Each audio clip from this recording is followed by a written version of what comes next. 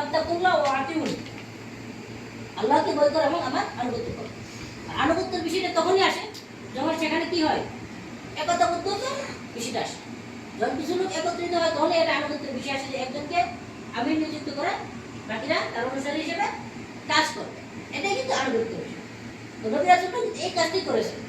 আল্লাহ রাসূল সাল্লাল্লাহু আলাইহি ওয়াসাল্লাম সোনার মদিনা গঠন করা কি করেছেন, সোনার মানুষ গঠন করেছেন। তো আমাদের সংগঠন এইভাবেই কাজ করে।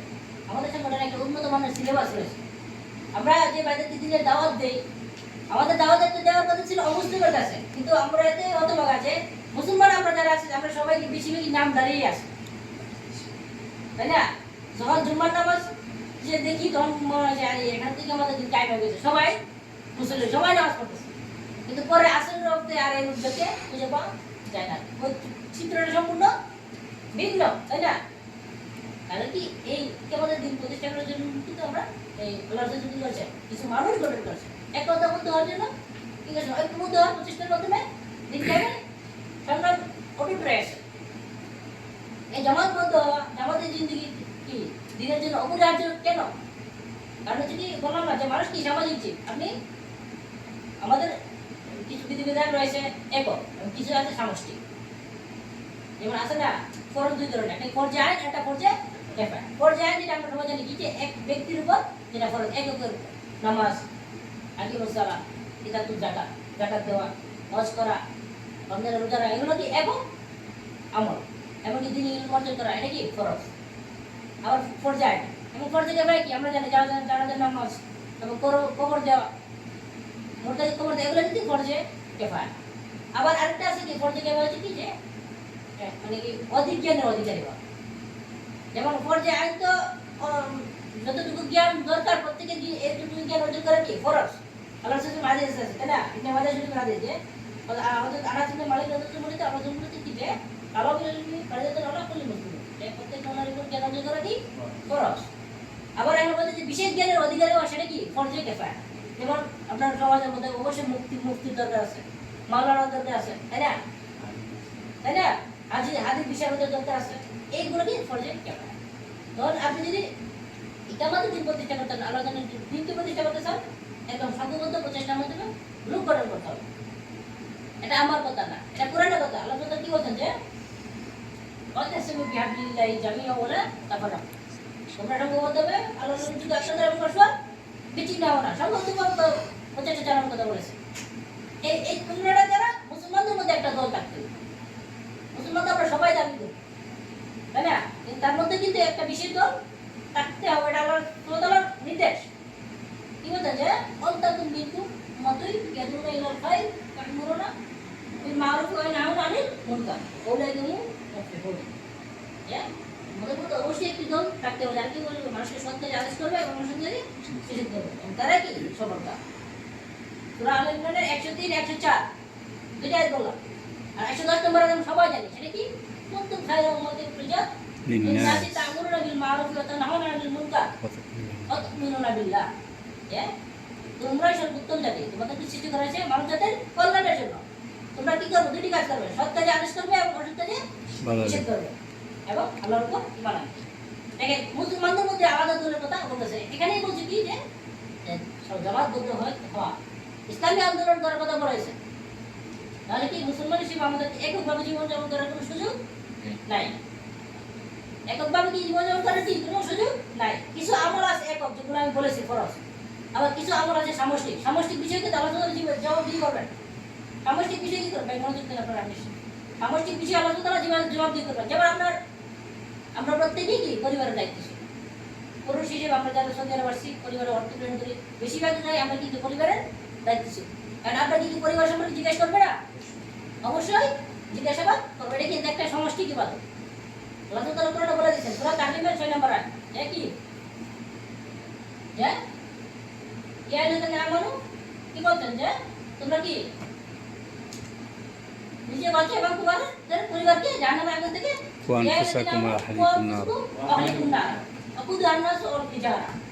নিজে বাঁচো এবং তোমাদের পরিবারকে জাহান্নামের আগুন থেকে বাঁচাও। যে জাহান্নামের ইন্ধন হবে কি মানুষ এবং পাথর। তাহলে কি এখানে সামষ্টিক কথা বলছে না নিজের সাথে? তাই না? এখানে সংঘবদ্ধ প্রচেষ্টার কথা বলছে। আবার বলছে যে এই জন্য আপনি পরিবার সংশোধন করবেন, সমাজ এবং রাষ্ট্র সংশোধন করতে গেলে আপনাকে সম্ভবত কাজ করতে হবে। একার পক্ষে এটা সম্ভব নয়, যেখানে এরকম একদল যোগ্য লোক তৈরি না হয়েছে, সেখানে আবার রাসূলরা পর্যন্ত ইকামতের দিন প্রতিষ্ঠা করতে পারে নাই। এটা কখনোই একা সম্ভব না, তাই না? আল্লাহ রাসূল যোগ্য লোক তৈরি করার কারণে কি হয়েছে, মুনাফিকরা তৈরি হয়েছে। এরকম ভাবে যদি আমরা এই প্রচেষ্টার মাধ্যমে আমরা একতাবদ্ধ থাকি, মুসলমান ইন্নামাল মুমিনুনা ইখওয়া, মুমিনরা পরস্পর ভাই হয়ে কাজ করি, আল্লাহর জন্য আল্লাহ দিন অবশ্যই কি ইনশাআল্লাহ আল্লাহ সুবহানাহু ওয়া তাআলা যখন খুশি হবে তখন কি এটা উনি বাস্তবায়ন করবেন। এই জন্য কি আমাদের আসার এখানে উদ্দেশ্য যেটা আমি প্রথমে বলেছি যে আল্লাহর জন্য আল্লাহর দিনকে প্রতিষ্ঠা করার জন্য আমরা একদল যোগ্য লোক আমরা যাতে একত্রিত হতে পারি, একমত পোষণ করে দিনের কাজ করতে পারি, নিজেরা শিক্ষক অন্যদেরকে দিনে দাওয়াতি কাজ করার মাধ্যমে সমাজটাকে সুন্দর করতে পারি, রাষ্ট্রকে বাংলাদেশ তথা সারা বিশ্বে শান্তি আমরা প্রতিষ্ঠা করতে পারি, ইনসাফ কায়েম করতে পারি। সেই জন্যই এখানে বসা, সেই উদ্দেশ্যেই তো আমরা এখানে আসছি। তো আমার কথাগুলোর সাথে আপনারা একমত কিনা? ইনশাআল্লাহ নেক্সট টাইমে ইনশাআল্লাহ আমরা এরকম মাসে একটা প্রোগ্রাম হয়, এই প্রোগ্রামগুলোতে আমরা আসলে আসবো। তো আমরা বিভিন্ন যারা আলহামদুলিল্লাহ মাদ্রাসায় পড়ছি জানি, তারা তো আলহামদুলিল্লাহ আসি, যারা আমরা শিখতে পারি না তারা এখানে আমরা অনেক জায়গায় তালিম প্রদান করি, তাহলে ছেলে আলোচনা হয়, উপশাখা প্রোগ্রাম হয়, আপনাদের আশেপাশে যে প্রোগ্রামগুলো হয় সেগুলোতে আমরা সপ্তাহে একদিন সময় দেওয়ার চেষ্টা করব। এটাই কিন্তু আমাদের ট্রেনিং হিসেবে কাজ করবে, এটাই আপনাদের পাত্র হিসেবে আমরা পেয়ে যাব। এই জন্য কি এই পরিবেশে আপনারা যখন থাকবেন, দিনী পরিবেশে আপনাদের আমল অবশ্যই দ্রুত আমল বৃদ্ধি হবে। আপনারা আগে যাদের সাথে চলতেন, যাদের সাথে আপনারা সময় কাটাতেন, তাদের থেকে আপনাদের পার্থক্য আপনারা নিজেরাই বুঝতে পারবেন, তাই না? আপনাদেরকে বলে না, বাংলা একটা প্রবাদ আছে, সৎসঙ্গে সর্বনাশ, অসৎ সঙ্গে সর্বনাশ। সৎসঙ্গ আপনাদেরকে খুঁজে বের করতে হবে। যে আমাদের বারে আমি আপনাদের যে সমস্ত আমাদের কথা বলেছি, এই কথাগুলো আমি আর মানুষ যদি আমি করতে পারি, আমরা বাংলাদেশে তথা সারা বিশ্বে শান্তি প্রতিষ্ঠার জন্য আমরা একতাবদ্ধভাবে যাতে কাজ করতে পারি, আমরা আমাদের পরিবেশটা যদি আশেপাশের সমাজটাকে যদি সুন্দর করতে পারি, এই জন্য আমরা কিছু এই সময় কোরবানি করে নিজেরা কিছু দাওয়াতি কাজের মাধ্যমে আমাদের আশেপাশের ভাইদেরকে সংশোধিত করে, যাতে করে আমরা কী করতে পারি যে আমাদের আশেপাশে যারা আছে তারা আমাদের এখন আহলের মতো, আমার উপরে যারা দেখে তারা আহলের মতো, আমার পরিবার এখন নাই দেশে আছে, যে এখন যারা আছে তারা আমার আহলের মতো, তাদেরকে আমরা সংশোধন করে নিয়ে আসার চেষ্টা করবো। এই উদ্দেশ্য আমরা এখন শেষ করছি। আসসালামু আলাইকুম।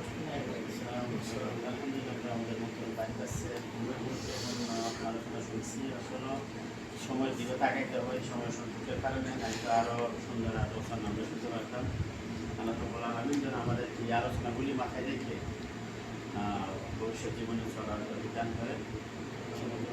আমরা আসসালামু রাহমাতুল্লাহি ওয়া বারাকাতুহু।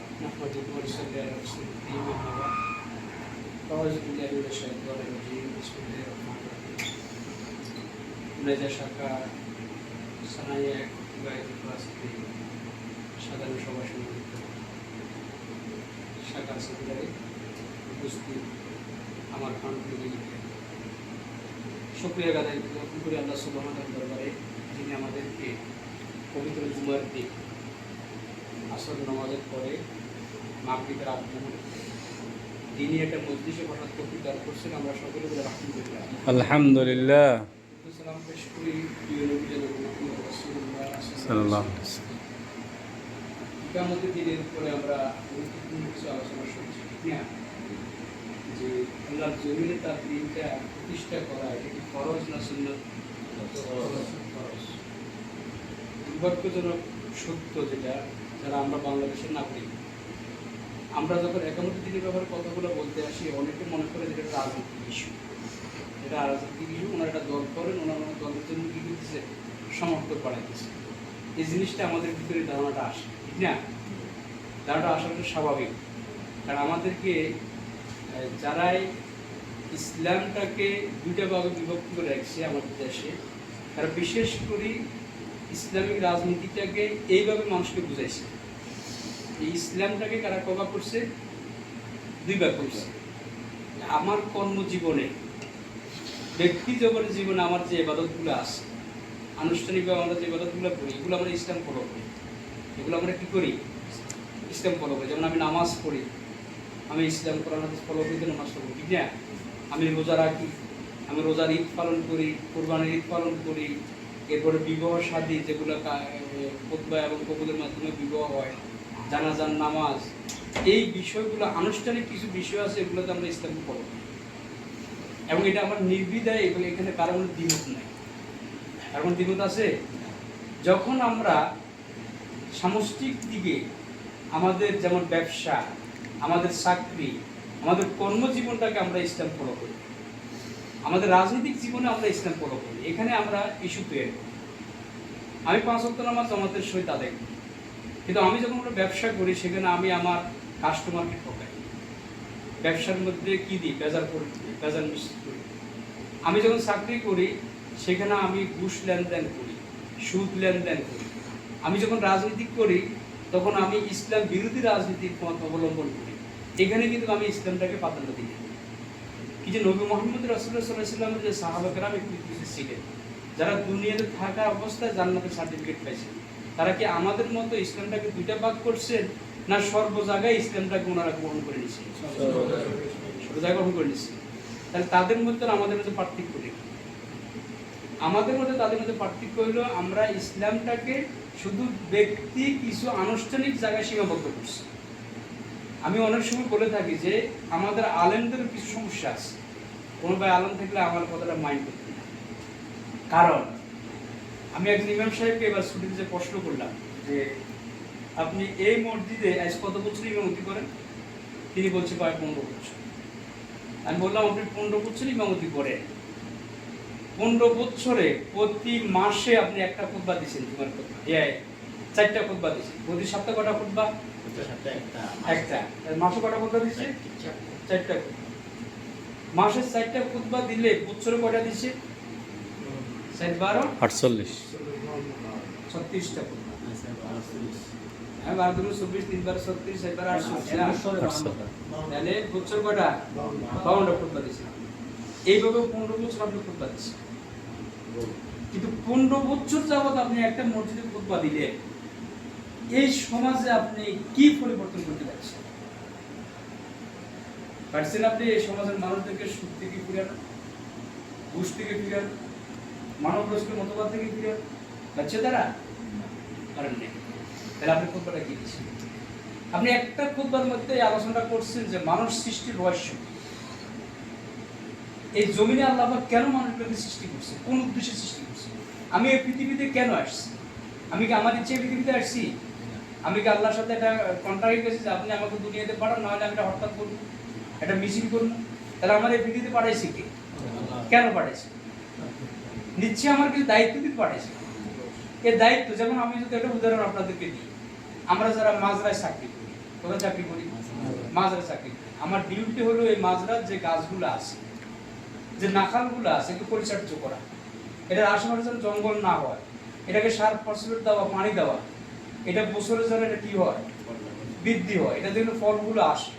মালিক আমার প্রতি মাসে 1500 বা 2000 টাকা বেতন দেয়। কাজটা হলো এই মাজরাটা পরিচর্যা করা, এর বাইরে কোনো কাজ আছে?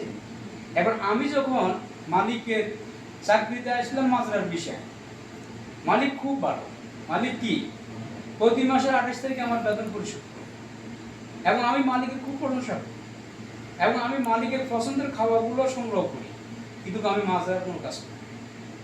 আমি মাজরা কি করি না, কোনো কাজ করি না। 6 মাস পরে, 3 মাস পরে মালিক আসলো মাজরা পরিদর্শন করার জন্য, আসি দেখলো যে মাশাআল্লাহ আমার খাজুর গাছের থেকে আগাছা আরো বড়, খাজুর গাছের থেকে আগাছা বড় হয়ে গেছে। খাজুর গাছের ফসল নাই, আঙ্গুর গাছের ফল নাই, আমলা এই যে কি বাজারে মালটা গাছের মালটা নাই, আপেল গাছের আপেল নাই। এখন মালিক কি আমাকে প্রতি মাসের 28 তারিখে বেতন দিব, না আমাকে খুরজে নেহাই লাগাইব? হ্যাঁ, কেন খুরজে নেহাই লাগাইব? মালিক আমাকে যে কাজের জন্য রাখছে, আমি কিন্তু এই দায়িত্ব পালন করি নাই। আমি কোনটা পালন করছি? সামসামে অতিরিক্তটা পালন করছি।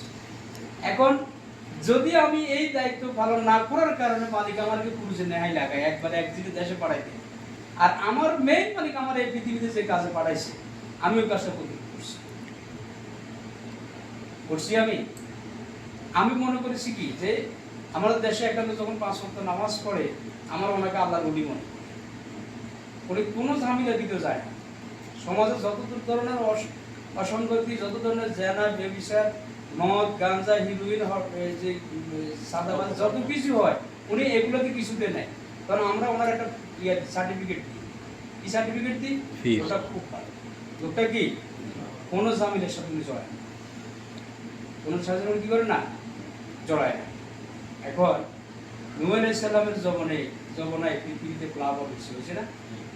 পৃথিবীটাকে বন্যা দিয়া আল্লাহ পাক কি করে দিছে? ধ্বংস করে দিছে। এর ভিতরে এরকম একটা আল্লাহর ওলি ছিল। এরকম একজন আল্লাহর ওলি ছিল, শুধু ইবাদত সমাজ ব্যবস্থা নিয়ে ওনার কোনো চিন্তাধারা ছিল। জিবরাইল আমি প্রশ্ন করে রব্বুল আলামিন পৃথিবীর সবাইকে তুমি ডুবাই দিবে, অসুবিধা নেই, কিন্তু এই লোকটারে কি করবে? এটা তোমার খাস বান্দা, এর কাজ হলো আল্লাহর ইবাদত করে। বাইরে কোনো কাজ আছে? থাক মানুষ সবসময় মসজিদে নেই। আল্লাহ পাক কয় এরা আগে, এটা কি করো? তার কারণটা আল্লাহর এত পছন্দের বান্দা এত বেশি ইবাদত করে। এর অর্থ হলো সমাজ ব্যবস্থা পরিবর্তনের জন্য কোনো কাজ করেন না। তাহলে আল্লাহ পাক এই পৃথিবীতে আমাদেরকে পাঠাইছে তার জমিনে তার দ্বীনকে প্রতিষ্ঠা করার জন্য, তার দাসত্ব এবং তার গোলামি করার জন্য। আমরা কার গোলামি করব? আচ্ছা, গোলামি কি শুধু নামাজ পড়লে হয়েছে? যদি আপনি এখান থেকে মক্কাতে সফর দেন, পেট্রোল পাম্পে যে আধা ঘন্টা 1 ঘন্টা রেস্ট করেন, নামাজ পড়লেন, খানা খাইলেন, এরপর আবার গন্তব্যস্থান থেকে রওনা হলেন, এই যে সময়টুকু আপনি এখানে ছিলেন, এটা হলো আমরা বাহ্যিক ইবাদত। নামাজ পড়া, রোজা রাখা, হজ করা, যাকাত দেওয়া, এই কাজ। আর আপনার এখান থেকে রওনা গন্তব্যস্থানে পৌঁছা যত কাজগুলো আছে, এগুলো সব হচ্ছে আল্লাহর হুকুম, মনিবের ওয়ার্ডার পালন করা। আমরা যে চাকরি করি মালিক, আমরা মালিকের ওয়ার্ডার পালন করি না। আপনাকে বলা হয়েছে যে রাতে 4টা বাজে ডিউটি যেতে হবে, আপনি কি মালিকের কখন বলতে পারবেন না আমি 8টার দিকে যাব না? আপনি কি করবেন? 4টা বাজে। কিন্তু আমি যে চাকরির জন্য কিছু বেতনের জন্য মালিকের অর্ডার সম্পূর্ণ পালন করে যাব, কিন্তু আমার মালিক আমাকে যে অর্ডার দিয়ে দুনিয়াতে পাঠাচ্ছে, আমি ওই অর্ডারটা কতটুকু পালন করব? ওইটাকে আমি কয়েকটা জায়গার মধ্যে মসজিদ আর মক্তবের মধ্যে সীমাবদ্ধ করে দিচ্ছি। মসজিদে আমি আল্লাহর বিধান পালন করব, মক্তবে আমি আল্লাহর বিধান পালন করব, আর জমিনে আমি শয়তানের বিধান পালন করব। আছে কি না? আজকে বাংলাদেশের মানুষ খুব পেরেশানি, অস্থির। জুলাই আন্দোলন করলা, এতগুলা ছাত্র জীবন দিল, ফেসিবাদকে দেশ থেকে বাইর করে দিলাম, কি ফাইলাম? পাইছি কিছু? হ্যাঁ, এখন বলা হয়েছে মুদ্রার এই ফিট আর ওই ফিট। এখন অনেকে এটার বিরুদ্ধে সুশীলেরা, টকশোতে বুদ্ধিজীবীরা খুব আলোচনা করে, রাজনীতি নেতারা এই ব্যাপারে কর্মসূচি দিতেছে। আবার যারা এগুলো করে ওনারা বলতেছে আরে ভাই আমরা তো করি, আমরা এত বড় দল, আমরা এটাকে কিভাবে দমন করুন? সরকার কি করে, আইন শৃঙ্খলা কি করে? হেরা না করবে। সবাই কিন্তু একটার পর এক যুক্তি দাঁড় করাইতেছে, কিন্তু এটার ফয়সালা কেউ দিতেছে কেউ? আচ্ছা, আমি আপনাদেরকে বলি, আপনি লাগাইছেন আঙ্গুর ফল গাছ, কি গাছ? আঙ্গুর ফল গাছ। এখন আপনি যদি বলেন যে আমার আম খাইতে পছন্দ, আপনি আম খাইতে পারবেন? আঙ্গুর গাছ আম ধরবো? হ্যাঁ, আপনি লাগাইছেন মাদার গাছ, তাল খাইতে পারবে? তারা আজকে যারা দুর্নীতি করে, সন্ত্রাসী করে, চাঁদাবাজি করে, আপনি এদের থেকে ভালো কিছু কিভাবে আশা করেন? কারণ এদের থেকে ভালো কিছু আশা যদি আপনি করতে হয়, তাহলে এদের কর্মনীতিগুলো আপনাকে দেখতে হবে। কারণ আপনি দেখেন এদের কর্মনীতিটা কি। এরা বিগত দিনে তো ক্ষমতা ছিল না। একটা রাজনৈতিক সংগঠন যখন সে রাজনৈতিক সংগঠনের যেমন আপনার যে কর্মী থাকবে, আপনার অধীনে যে কর্মী থাকবে, সেখানে যদি কর্মীদের জবাবদিহিতা থাকে, কি দেখবো? বিশ্বনবী সাল্লাল্লাহু আলাইহি ওয়াসাল্লামের কর্মী ছিল কিনা? যে সাহাবা کرام ওনারা কি ছিলেন? রাসূলুল্লাহ সাল্লাল্লাহু আলাইহি ওয়াসাল্লামের কর্মী ছিলেন। ওনারা এই দিন কায়েম আন্দোলনে সবাই অংশগ্রহণ করছে, যুদ্ধ থেকে আসছে, একটা যুদ্ধ শেষ করে আসছেন, মদিনাতে আসলেন, আসার পরে খাজুরের মৌসুম, গরমের সময়, একটা যুদ্ধ শেষ করে আসছে, আরেকটা যুদ্ধের অর্ডার আসছে। আরেকটা যুদ্ধ কি আসছে? অর্ডার আসছে। এই সময় এই যুদ্ধে যারা অংশগ্রহণ করছে আর যারা করে না, তাদেরকে মুনাফিকের সার্টিফিকেট দিচ্ছে, একমাত্র বিশ্বনবীর আনুগত্য করে। এর ভিতরে যারা আবার তওবা করছে, আল্লাহ তাদেরকে তওবা কি করে দিয়েছে? মাফ করে দিয়েছে, ক্ষমা করে দিয়েছে। এখন রাসূলুল্লাহ সাল্লাল্লাহু আলাইহি ওয়াসাল্লাম এখানে কি আইন প্রয়োগ করছে একটু খেয়াল করেন। বিশেষ করে আলেম যে বাইরে আমার কথাটা ভালো বুঝবে, যে যারা ভুল স্বীকার করছে, বিশ্বনবী তাদেরকে ক্ষমা করে দিয়েছে? ক্ষমা করছে? করেন নাই। আপনারা তাবুক যুদ্ধের ইতিহাস যখন পড়েন আপনারা দেখবেন যে বিশ্বনবী ক্ষমা করেন নাই। যাদেরকে মুনাফিকের সার্টিফিকেট দিয়েছে তারা তো আল্লাহর ফয়সালায় চলে গেছে। আর যে তিনজন দোষ স্বীকার করছে, নিজের দুর্বলতা স্বীকার করছে, বিশ্বনবী সর্বপ্রথম বলছে যে 1 মাস এদেরকে সমাজ থেকে কি করো, বহিষ্কার করো, কোনো অনুষ্ঠানে এদেরকে দাওয়াত দিন, কোনো এদের সাথে কোনো ব্যবসা বাণিজ্য করবে না, কোনো লেনদেন করবে না। 1 মাস কি করে দিছে, যোগাযোগ সব বিশ্বনবী বন্ধ করে দিয়েছে। দেখেন ওনার কর্মীর প্রতি ওনার পিছায়। এরপরে বলছে যে ওনার স্ত্রীকে বলছে যে তোমরা এদেরকে ছেড়ে তোমাদের বাপের বাড়িতে চলে যাও, এদেরকে তোমরা খানা খাওয়াইতে পারবে না, এদের সাথে রাত যাপন করতে পারবে না। দেখেন পরে যখন আল্লাহ ওহী নাযিল করলেন যে এরা আবার ক্ষমার জন্য আল্লাহর কাছে, এরা কিন্তু এই যে এগুলো করতেছে বসে আল্লাহ রাসূল কত বড় একটা সাপ দিয়েছে আমাদের প্রতি, এরকম বসা ছিল এরা না। এরা এই যে সাজাগুলো তো মাথা পেতে নিচ্ছে, সাথে সাথে তারা একজন সাহেব বলছে উনি নিজেকে খাজুর গাছের সাথে বাঁধছে, খাজুর গাছের সাথে নিজে কি করছে, বাড়া করে বেঁধে উনি আল্লাহর কাছে কান্নাকাটি পুরো রাত কেঁদেছে যে আল্লাহ আপনি আমাদের কি করেন, ক্ষমা করেন। তখন আল্লাহ যখন ওনাদেরকে ক্ষমা করছেন, এরপরে ওনাদের উপরে যে নিষেধাজ্ঞা ছিল এই নিষেধাজ্ঞাগুলো বিনা হচ্ছে। এখন আজকে আমরা যারা চাঁদাবাজি করি, আমাদের দল বলে আমার এর বৈশ্বিক কি করছে, বহিষ্কার করার পরে আবার দেখা যেতেছে কিছুদিন পর আবার নিয়ে গেছে, আবার দল কি করছে।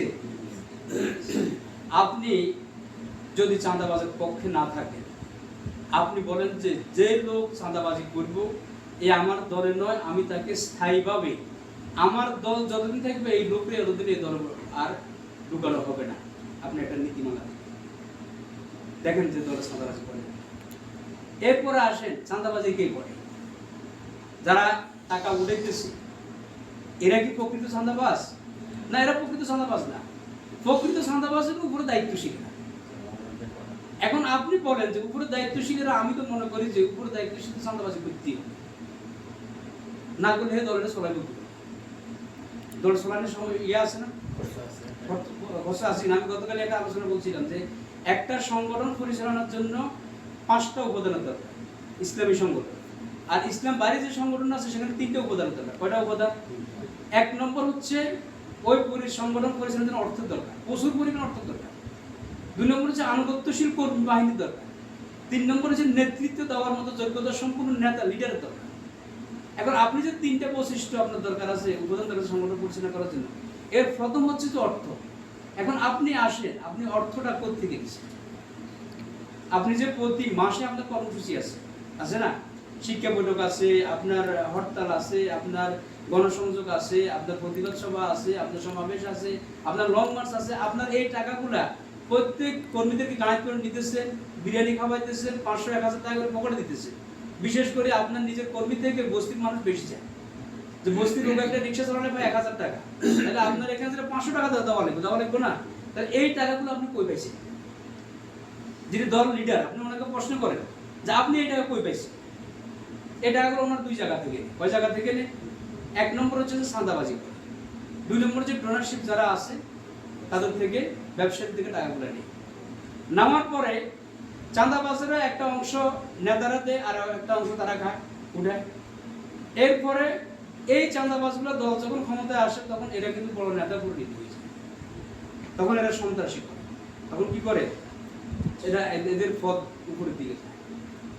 আর যারা ব্যবসায়ী যারা আপনাকে টাকা দিছে, তারা আপনার দল ক্ষমতায় আসছে, তারা কিন্তু সিন্ডিকেট করে। কি করবো? আপনারা দেখেন এই রমজান আমি দেশে ছিলাম, দ্রব্যমূল্যের যে রেটটা আমি দেখিয়ে আসছি, আমাকে অনেকে বলতেছে যে 71-এর পর থেকে এরকম বাজার আমরা এরকম দ্রব্যমূল্যের রেট দেখি।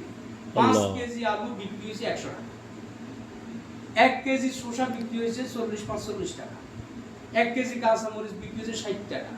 তাহলে এই কাঁচামরিচ 1200 টাকা পর্যন্ত কেমনে গেছে? এই পেঁয়াজ 300 টাকা পর্যন্ত কেমনে বেচা হয়েছে? এই আলু 60-65 টাকা পর্যন্ত, 90 টাকা পর্যন্ত আলু কিলো হয়েছে। কেন হয়েছে? এর অর্থ হলো যে তারা সিন্ডিকেট করতো। তারা কি করতো? তো এখন এই সিন্ডিকেটটা না থাকার কারণে দ্রব্যমূল্যের দামগুলো কি স্থিতিশীল আছে, নিয়ন্ত্রণে আছে। যদিও এখনো কিন্তু আমাদের আয় ক্ষমতার বাহিরে, এরপরেও মন্দের ভালো কি আছে। যেমন প্রতি বছর বছর গোসের কেজি দাম বাড়ে, কিন্তু এখন কেন বাড়তেছে না?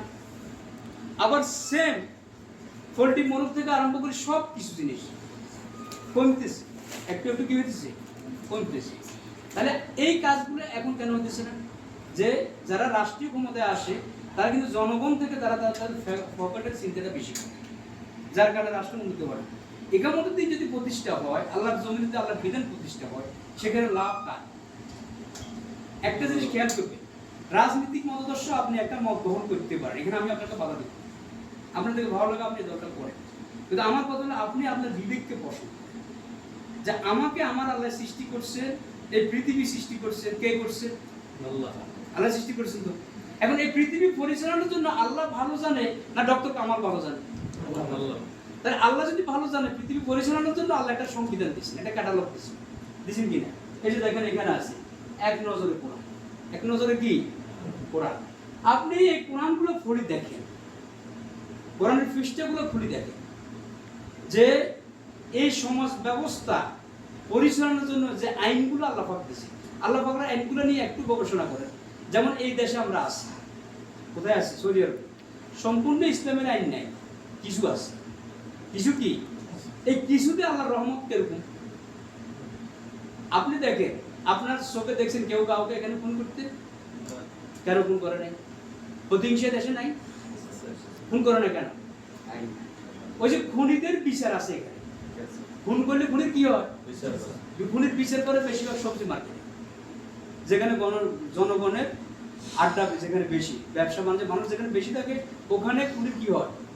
বিচার হয়। এখন একজন লোকের যদি খুনির যদি বিচার করে, কেসাস যদি করে, তাহলে বাকি যে 500, 1000, 50,000 লোক দেখছি, 50,000 লোক এখান থেকে একটা শিক্ষা নিচ্ছে যে খুন করা যাবে না, আর যাই কিছু করি কি করা যাবে না।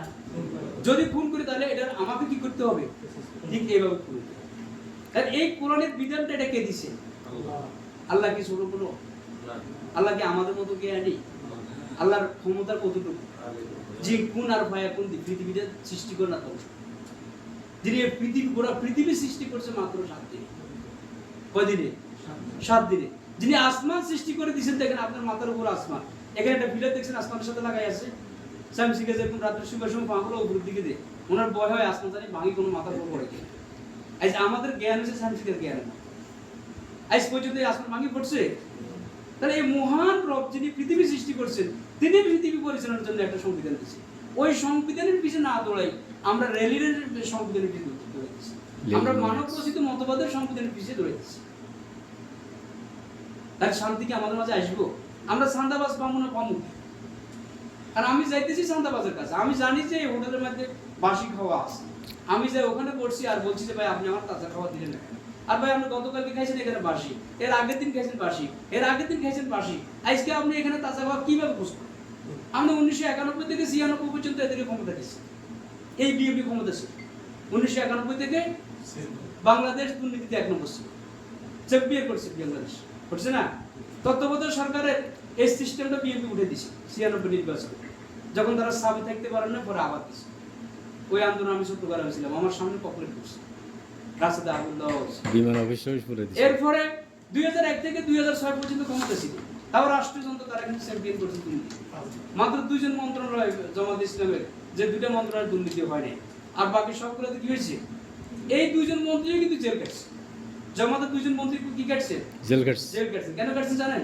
খালেদা জিয়ার মন্ত্রণালয় দুর্নীতি হয়েছে, এখানে ওনাদের এই 2 জনের সিগনেচার আছে। তার কারণ হচ্ছে যখন মন্ত্রণালয়, যে কোনো মন্ত্রণালয় যখন বিল পাস করা হবে, সব মন্ত্রীদের সিগনেচার নেবে। এখন বিশেষজ্ঞরা বলছে যে এই 2 জন মন্ত্রী সর্বোচ্চ জেলের 6 মাস হবে সিগনেচারের কারণে। এখন দেখেন ভালো মানুষগুলো কিন্তু জেল কাটতেছে। ওই যে আমার ভাই বলছিল যে সৎসঙ্গে সর্বনাশ, অসৎসঙ্গে সর্বনাশ। এই যে বিষয়গুলো, এই বিষয়গুলো হচ্ছে মূল হচ্ছে যে আপনার ইসলামী হুকুমত যদি কায়েম হয়, সেখানে আমি এত বেশি বলেছি ইসলামী হুকুমত কায়েম হলে আমাদের লাভ, আমাদের 1 নম্বর লাভ হচ্ছে আজকে যে আমরা 25 বছর 26 বছর পর্যন্ত বিদেশে পড়ে গেছি, এরকম আমরা বিদেশে পড়ে থাকা রাখবো না, কারণ আমাদের দেশটা কিন্তু সম্পদশালী দেশ, জানেন কি? একটু খেয়াল করে দেখেন আমাদের দেশের মধ্যে, দেখেন আমাদের জমিটা কত উর্বর। গ্রাম অঞ্চলে যারা থাকে, গ্রামে যদি একটা মেহমান, আমি মাঝে মাঝে বলি আল্লাহর বিশেষ একটা রহমত, গ্রামে একটা মেহমান করে সর্বোচ্চ আলু ডাল পেঁয়াজটা বাজার থেকে আনতে হবে, দোকান থেকে, আর কিছু আনার দরকার নেই। মোরগ একটা জবাই করে দিয়েছে, পুকুর থেকে মাছ তুলে উঠে নিয়েছে, ওই যে ফাঁক করার পাশে দিয়ে সিম গাছ, লাউ গাছ, ওই যে সসিন্দা গাছ, তারপরে কি পুঁইশাক গাছ লাগাইছে, তাজা গাছের শাকটা এখান থেকে আনি এখানে পাকে আপনার প্লেটের মধ্যে দিয়েছি। জমিনটা দেখেন, আপনি এই দেশের মধ্যে পুঁইশাক চাষ করতে হলে যদি পুঁইশাক সার ব্যাগ বিক্রি করেন 10 টাকা, খরচা করতে হবে 45 টাকা। কারণ ডিপ দিয়ে পানি দিলেও পানিটা রঙের বালু থাকে।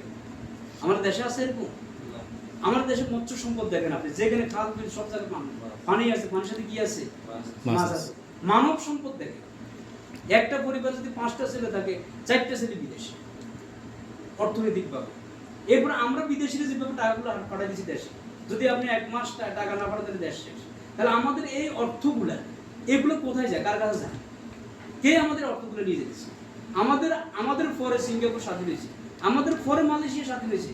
আজকে মালয়েশিয়ার লোক আল কাসিমে দেখছেন চাকরি করতে, সিঙ্গাপুরের লোক আল কাসিমে চাকরি করে। তাহলে আমরা কেন এই দেশে আসি রাস্তায় পড়ে গেছি? আমরা কেন ওই যে সৌদিকেও কাজটা ঢোকাইতেছি?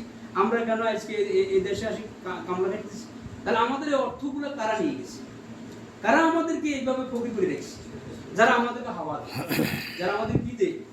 হাওয়া দিয়ে আমাদের হাওয়ার উপরে রাখে। একটা জিনিস যদি আমরা চিন্তা করি, আমরা একটু যদি চিন্তা করে দেখেন, আমরা যারা প্রবাসী আছি, রাষ্ট্র যদি উন্নত থাকে, আজকে আমরা আমাদের সন্তান স্ত্রী সন্তানের কাছে থাকার কথা, কিন্তু আজকে আমরা বসে রয়েছি 6000 কিলোমিটার দূরে। এরপরে যদি আমি মারাও যাই, আমি মারা গেলাম, ওই যে প্রবাসীদের ভোটার নিয়ে একটা কথা বলছে না, একটা দল বিরোধী একটা দল বিএনপি এমপি এটা প্রতিবাদ জানাচ্ছে যে প্রবাসীরা কেন ভোটার হবে? ভোটার তো আমরা দেশ পরিচালনা করি, প্রবাসীদের দেশ পরিচালনা করার কি নাই দরকার নেই। এখন আপনি একটা চিন্তা করেন তো, আমাদের কিন্তু মিটিংয়ে মিছিলে সব জায়গায় কিন্তু হাওয়া দিতে কম দেয় না। প্রবাসীরা লিমিটেড সুবিধা, প্রবাসীরা অর্থনীতি ধরে রেখেছি, প্রবাসীদের জন্য বিআইপি গেট করো, অনেক কিছু মুখে বইতেছে আমাদের, কিন্তু বাস্তবতা আছে? বাস্তবতা নেই।